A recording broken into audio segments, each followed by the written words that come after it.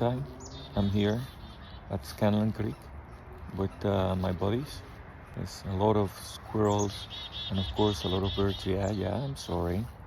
I'm sorry. Yes, it's protesting. See?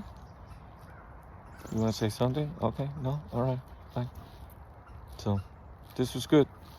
It's good today.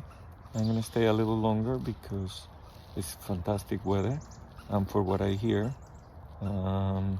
might be warm, but maybe some rain, which is perfectly fine. That's what spring is all about. And yes, I fully realize that there is still 2 weeks for spring, but at least let me leave with my delusion, okay? I'm gonna say the spring is here already. So hopefully I'm right.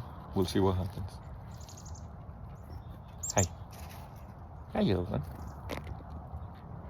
Every time you guys go, you spill all the seeds around.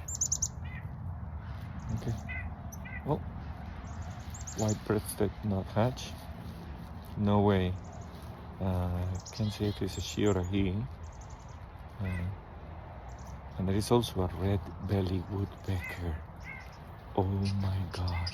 If I can get that guy on a video, that will be great for me. I mean, I've seen them before, I photographed them before, but I don't have a video of them.